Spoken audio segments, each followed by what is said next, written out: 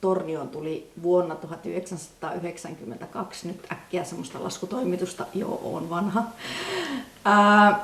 Tuli näytös Oulusta pitämään taekwondo-näytöstä ja menin kaverin kanssa sitä katsomaan ja katsottiin vaan, että wow, ihan mahtavan näköinen laji ja huippuja, hienoja potkuja ja takakiekkareita ja hyppypotkuja, että tuo olisi joskus ihan mahtava osata tehdä ja lähdettiin sitten silloin 16-vuotiaana ensimmäiselle alkeiskurssille. Eli siitähän tänä vuonna on tullut 20 vuotta siitä aloituspäivästä tammikuussa. Ja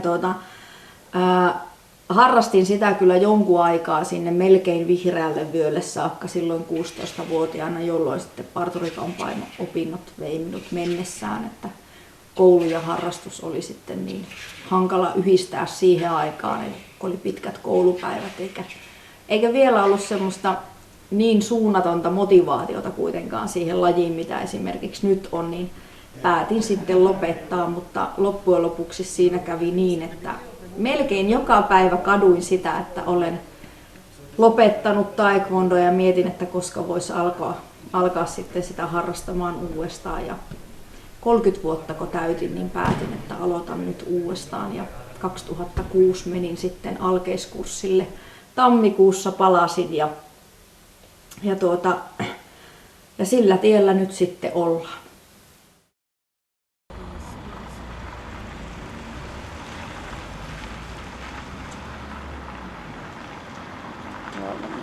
Muistakaa, että meillä on silloin 9. päivä on se Eurooppa-päivän näytös, eli voitte vähän samalla, jos olette tulossa sinne, niin tehdä potkuja sitä näytöstä ajatellen.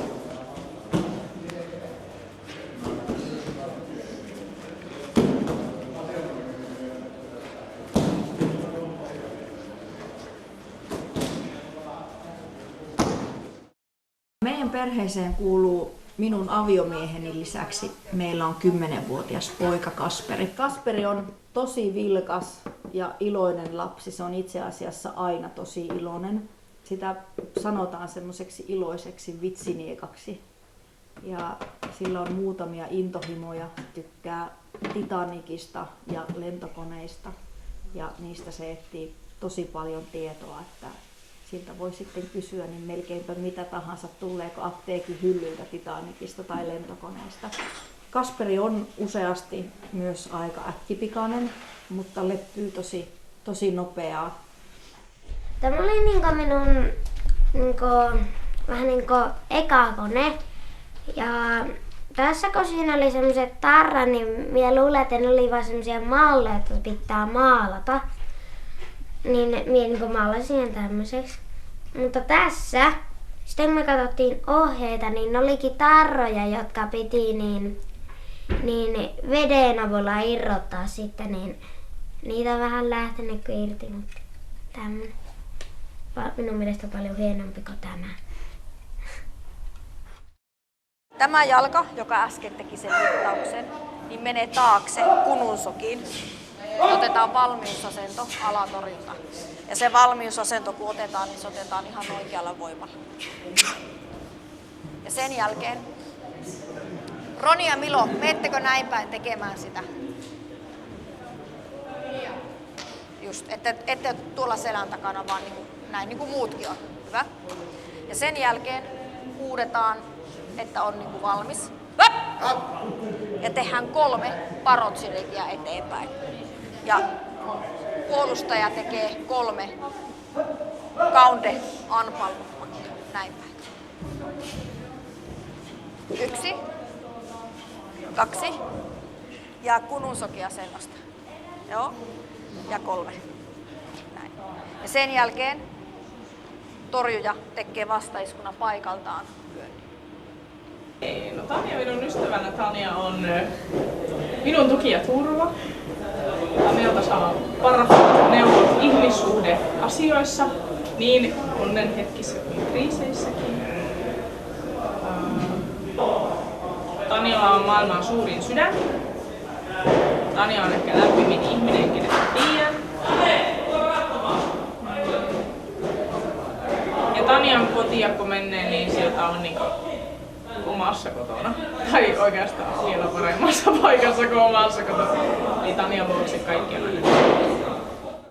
Kasperi on mielettömän fiksu ja sen taas sitten kertoo sitten sitä lapsen fiksuutta, kun hän oli itsekin sitä mieltä, että kakkosen kertaaminen on parempi kuin se, että lähteä taistelemaan kolmosta. Mitäs muuta te haluatte sitten minun pojasta tietää? Se on ihana, maailman kallein aarre, niin kuin hänelle aina siitä sanotaan, että ei kai tässä mitään erityistä.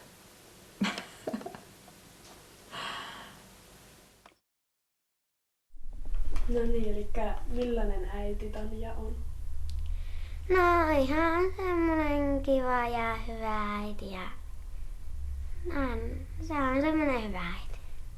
Mikä tekee sitten hyvää äiti? No sekä se auttaakin minua koululäksyissä ja aina jos jotakin apua tarvitsee tai jotakin semmoista, niin äiti aina auttaa tai semmoista.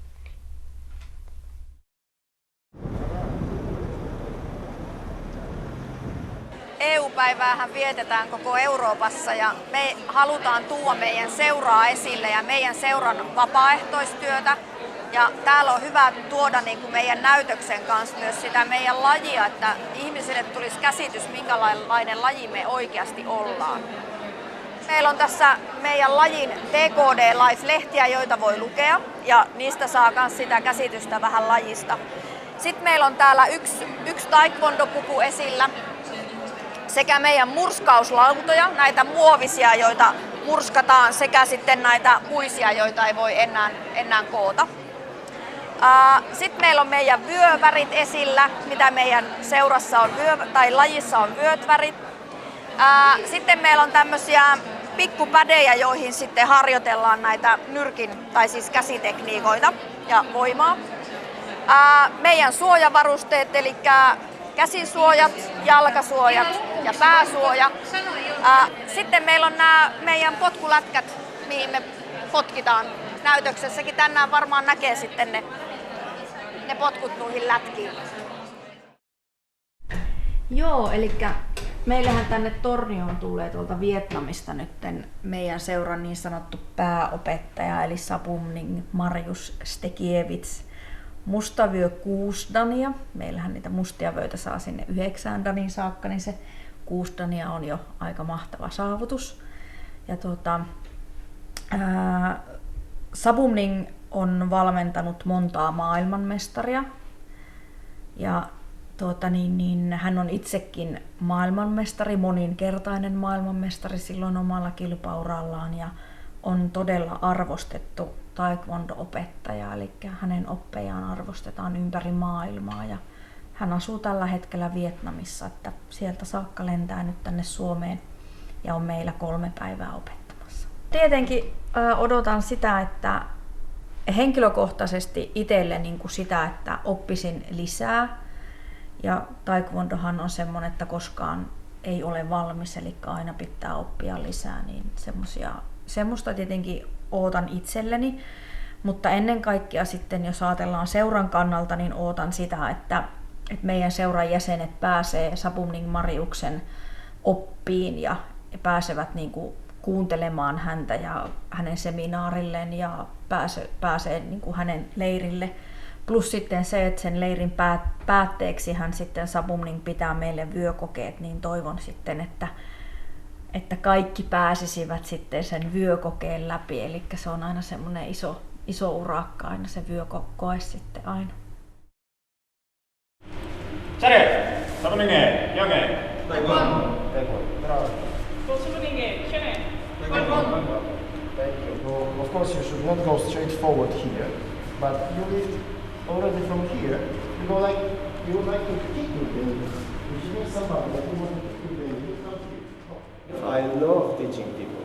I just love it. I have been training Taekwondo for about 25 years, and when I consider myself to have quite good knowledge.